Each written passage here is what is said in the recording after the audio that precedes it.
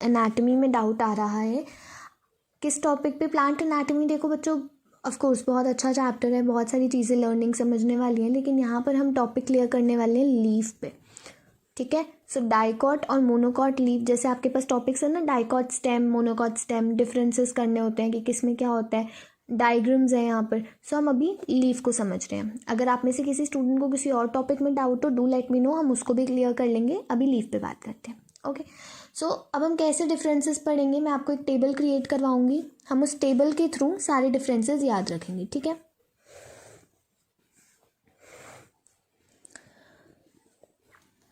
Okay, सो यहाँ हम लिख लेते हैं पैरामीटर। पैरामीटर क्या होता है कि मतलब हम किस बेसिस पे डिफरेंशिएट करने वाले हैं।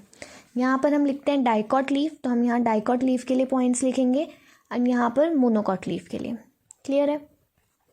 सो सबसे पहले पैरामीटर हम लेते हैं टाइप ऑफ लीफ, ठीक है। सबसे पहले बात करते हैं कि डाइकॉट में लीफ कैसी होती है और मोनोकॉट में लीफ कैसी होती है। तो जो डाइकॉट की लीफ होती है ना बच्चों, उसको बोलते हैं डॉर्सी वेंट्रल। डॉर्सी वेंट्रल का मतलब क्या हुआ? डॉर्सी मतलब डॉर्सल, वेंट्रल मतलब वेंट्रल, मतलब इसमें दो फेसेस हैं, एक डॉर्सल फेस है, एक वेंट्रल फेस है। नाम समझ में आया? डॉर्सी वेंट्रल का मतलब क्या है? दो फेसेस, एक डॉर्सल एक वेंट्रल। दो फेसेस को हम एक और नाम क्या दे सकते हैं? बाईफेशियल। बाई मतलब दो, फेशियल मतलब दो, सॉरी बाई मतलब दो, फेशियल मतलब फेसेस, तो दो फेसेस। तो डाइकॉट लीफ कैसी होती है? Dorsiventral. लेकिन मोनोकॉट लीफ जो होती है वो होती है आइसो बाइलेटरल। आइसो का मतलब क्या होता है? सेम। बाइलेटरल मतलब सिमेट्री है, तो दोनों सर्फेसेस ऑलमोस्ट सेम है, इसीलिए क्या, जब दोनों सेम है तो हम क्या नाम देंगे इसको? इक्विफेशियल। इक्वल है ना दोनों फेसेस, लेकिन यहाँ पर कैसे थे? दो अलग अलग फेसेस है, मतलब एक डॉर्सल फेस है, एक वेंट्रल फेस है। क्लियर है? अब मैम डॉर्सल क्या होता है, वेंट्रल क्या होता है, ये आप सबको समझना बहुत ज़रूरी है। अगर ये आएगा तभी बाकी चीज़ें क्लियर रहती हैं। सो देखो डॉर्सल क्या होता है, आप अपने हैंड को देखो। जब आप अपने हैंड का अपर सरफेस और लोअर सरफेस देखते हो तो ऊपर वाला सरफेस आपको कैसा दिखता है? डार्क दिखता है, और जो नीचे वाला सरफेस है वो कैसा दिखता है? लाइट दिखता है, थोड़ा ज़्यादा वाइटिश कलर होता है, लेकिन ऊपर कैसा होता है? डार्क होता है। तो ऐसे ही सेम केस प्लांट का है। जो प्लांट में जो ऊपर वाला सरफेस होता है उसको नाम दिया जाता है वेंट्रल। Ventral dark. कैसे याद रखोगे? डी और डी साथ में नहीं आएंगे, बी के साथ क्या आएगा? वी आएगा। लेकिन डॉर्सल कैसा है? लाइट है, ठीक है। तो जो ऊपर वाला फेज होता है, जो प्लांट की जो लीफ का जो ऊपर वाला सरफेस है, उसको नाम क्या दिया जाता है?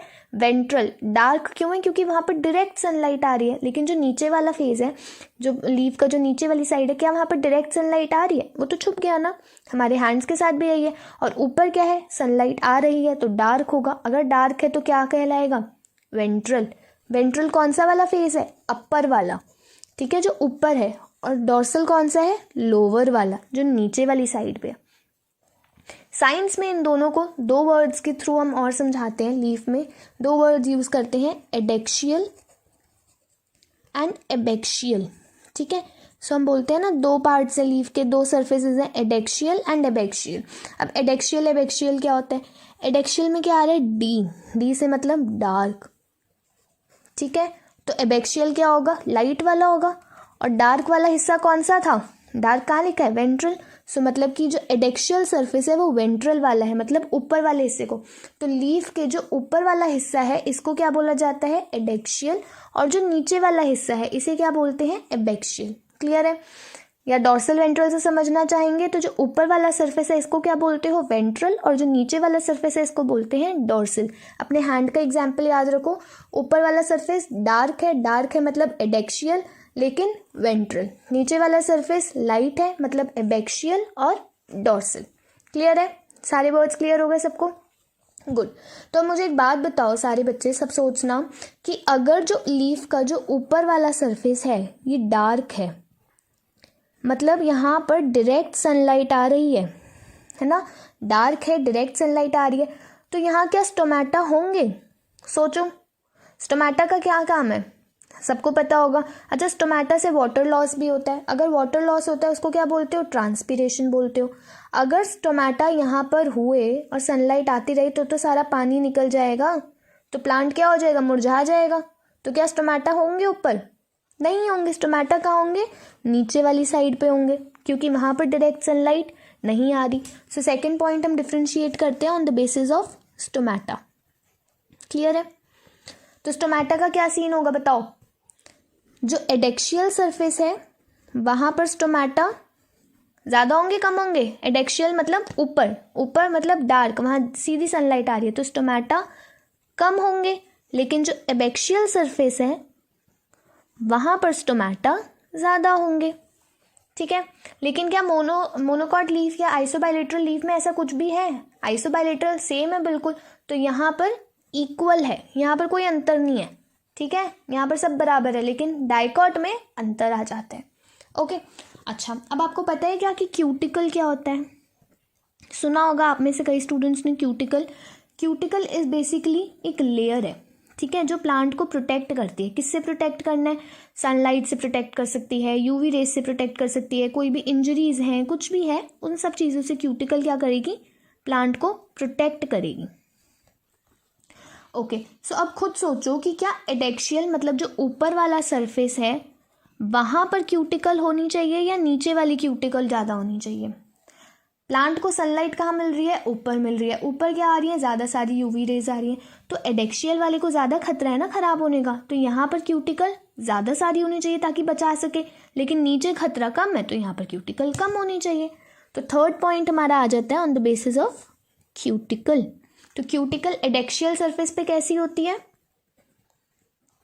ज़्यादा। ठीक है, लेकिन एबैक्शियल पे कैसी होगी? कम होगी। क्यों कम होगी समझ में आ गया सबको? क्योंकि ऊपर वाला सरफेस क्या है, वहाँ पर ज़्यादा सनलाइट आ रही है तो ज़्यादा प्रोटेक्ट करना पड़ेगा, खतरा ज़्यादा है। लेकिन यहाँ पर तो कोई सीन ही नहीं है, इधर तो सब इक्वल ही है, यहाँ पर सारे अच्छे से रह रहे हैं, इक्वालिटी है। लेकिन यहाँ पर डाइकॉट में बहुत सारे डिफरेंसेस हैं। ठीक है, moving on to the next point is your mesophyll. अच्छा, मीजोफिल क्या होता है पता है सबको? मीजोफिल तो पता ही होगा ना।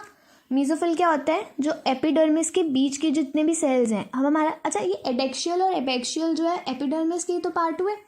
एपिडर्मिस थी, एपिडर्मिस होती है आउटर मोस्ट लेयर, तो उसको हमने दो हिस्सों में बोल दिया, एक एडेक्शियल और एक एबैक्शियल। इन दोनों के बीच में जितने भी सेल्स आए इन्हें क्या बोलते हैं हम? मीजोफिल। ठीक है, तो एडेक्शियल और एबैक्शियल के बीच में जितने भी सेल्स हैं क्या कहलाएंगे? मीजोफिल। अब डाइकॉट में तो भैया सारी चीज़ें बदली हैं, सब कुछ बढ़ चुका है, तो यहाँ पर एडेक्शियल कैसे, ये जो मीजोफिल होती है वो कैसी होती है? डिफ्रेंशिएटेड होती है, पर यहाँ पर नॉट डिफ्रेंशिएटेड। अब किस में डिफ्रेंशिएटेड है ये भी पढ़ना पड़ेगा। तो यहाँ डाइकॉट लीफ में दो चीज़ों में डिफ्रेंशिएटेड होती है मीजोफिल। कौन कौन सी? एक तो होते हैं कॉम्पैक्ट सेल्स, ठीक है, और दूसरे होते हैं स्कैटर्ड। जो कॉम्पैक्ट वाला हिस्सा है उसे नाम दिया जाता है पैलिसेड पैरेन्काइमा। ध्यान रखना है, वेरी इंपॉर्टेंट पॉइंट है, पैलिसेड पैरेन्काइमा। और जो स्कैटर्ड वाला हिस्सा है उसे नेम दिया जाता है स्पॉन्जी पैरेन्काइमा। क्लियर है सबको?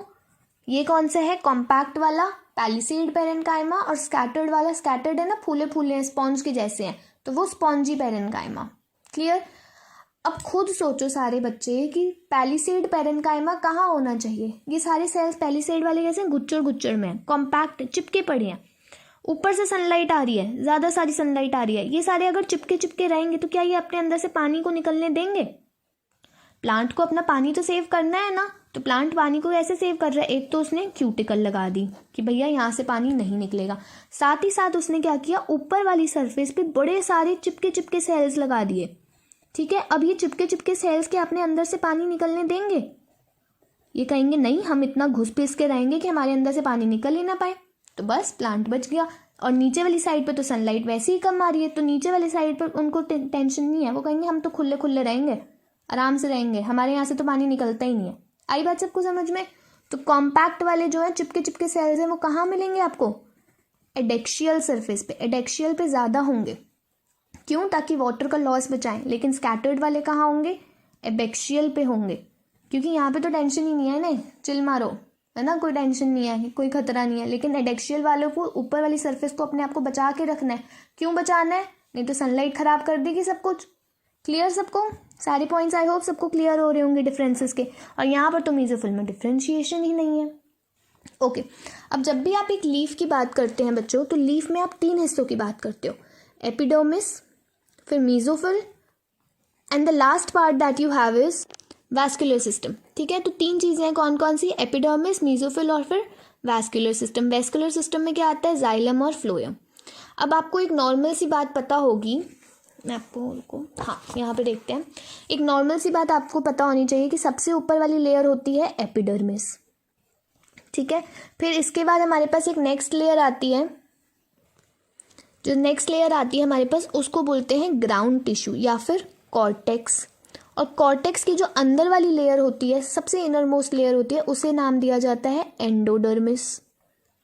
एंडोडर्मिस के साथ में होती है पेरिसाइकिल, और फिर अंदर जाकर हमारे आ जाते हैं वैस्कुलर बंडल्स।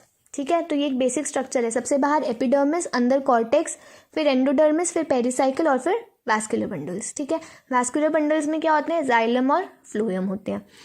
अभी मैंने आपको ये एक नॉर्मल स्ट्रक्चर है, लेकिन जो लीफ है, लीफ में क्या होती है? सीधे एपिडर्मिस, मीजोफिल और फिर वैस्कुलर बंडल्स।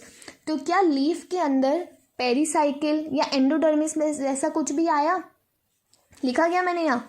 नहीं आया, जिसका मतलब क्या है कि जो लीफ है उसमें एंडोडर्मिस और पेरिसाइकिल नहीं होती। तो जो हमारा नेक्स्ट पॉइंट ऑफ डिफरेंस आता है, नॉट अ डिफरेंस बेसिकली, दोनों के लिए सेम है, तो यहाँ पर एंडोडर्मिस कॉमा पेरिसाइकिल। ठीक है, दोनों चीज़ें दोनों ही लीव्स में नहीं है। Okay, moving on to the next thing is your vascular bundles. अब वैस्कुलर बंडल्स कैसे होते हैं डाइकोट और मोनोकोट में? वैस्कुलर बंडल्स आप लोगों को पता होना चाहिए है, या तो क्लोज्ड हो सकते हैं या तो ओपन हो सकते हैं। ठीक है, ओपन का होने का और क्लोज होने का मतलब क्या है? जो ओपन होंगे वो क्या करेंगे? सेकेंडरी ग्रोथ दिखाएंगे, नहीं दिखाएंगे? बताओ, सोचो, पता होना चाहिए। और क्लोज्ड वाले क्या करेंगे? जो क्लोज्ड वाले हैं वो सेकेंडरी ग्रोथ नहीं दिखाएंगे, है ना। सो इनमें सेकेंडरी ग्रोथ नहीं होगी, लेकिन ओपन में होगी। तो जो ओपन वाले हैं उनमें कैम्बियम प्रेजेंट होता है। ये सारी चीज़ें आपको आनी चाहिए है, ये मैं पीछे का बता रही हूँ आपको, ताकि आपको यहाँ पर क्लियर हो सके सब कुछ। और जिस क्लोज्ड वाले उसमें कैम्बियम नहीं होगा, सिंपल सी बात है। अच्छा, ये कैसे पता चलेगा कैम्बियम है या नहीं? एक ट्रिक से सिखा देते हैं। आपने एनसीईआरटी के डायग्राम्स भी देखे होंगे, ऐसे करके आपका जाइलम और फ्लोएम बना रखा है ना। तो जो ऊपर वाला पोर्शन होता है उसको बोलते हैं फ्लोएम, नीचे वाले को क्या बोलते हो? जाइलम, है ना। अब जो क्लोज्ड वाला आपका सिस्टम होता है, अगर आपने कैम्बियम रिंग चेक करनी है, कैसे पता चलेगा कैम्बियम है या नहीं? अगर आपको यहाँ पर एक सिंगल स्ट्रिप दिख रही है, मतलब कि ये क्लोज्ड है। अगर ऐसे करके 2 स्ट्रिप्स दिख रही है ना, मतलब कि ये ओपन है। तो याद रखना, 1 strip close, 2 strips open. Open है तो कैम्बियम है, कैम्बियम है तो सेकेंडरी ग्रोथ दिखाएगा। लेकिन लीव्स में चाहे डाइकोट हो या मोनोकोट लीफ हो, वैस्कुलर बंडल्स क्लोज्ड रहते हैं। ठीक है, I lost my pen. Okay, so vascular bundles कैसे हैं? क्लोज्ड हैं, चाहे कौन सी भी लीफ हो। थोड़ा सा हौच पौच हो गया है, आप लोग समझते जाना अच्छे से। अब अगर आपके ये जो वैस्कुलर बंडल्स क्लोज्ड हैं, तो क्या लीव्स में सेकेंडरी ग्रोथ होगी?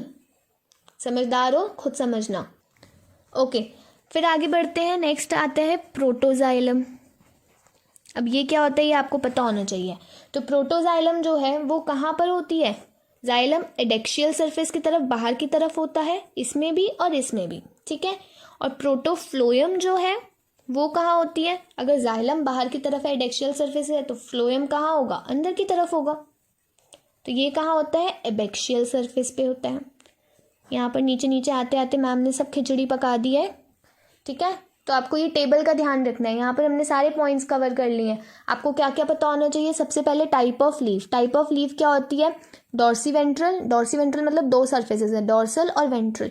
अब डॉर्सल सरफेस जो होता है आपको हैंड से याद रखना है, डार्क है, लेकिन इसको नाम क्या दिया गया? वेंट्रल। डार्क है तो और क्या बोल सकते हो? एडेक्शियल, डी से याद रखो। वेंट्रल नीचे वाला वेंट्रल सॉरी आपका ऊपर वाला हो गया, एंड डॉर्सल वाला सरफेस आपका नीचे वाला हो गया, जो कि लाइट इन कलर है। इसको नाम क्या दिया गया? एबैक्शियल। क्लियर। फिर स्टोमेटा की बात करते हैं। अब ऊपर सनलाइट आ रही है, जब सनलाइट बड़ी सारी आ रही है तो वहां पर स्टोमेटा रखेगा क्या प्लांट? बुद्धू थोड़ा है प्लांट को अपना पानी बचाना है, तो वो क्या करेगा? स्टोमेटा नीचे रहेंगे, ऊपर स्टोमेटा कम रहेंगे। मतलब एडेक्शियल सरफेस पे स्टोमेटा कम, एबैक्शियल पे ज्यादा।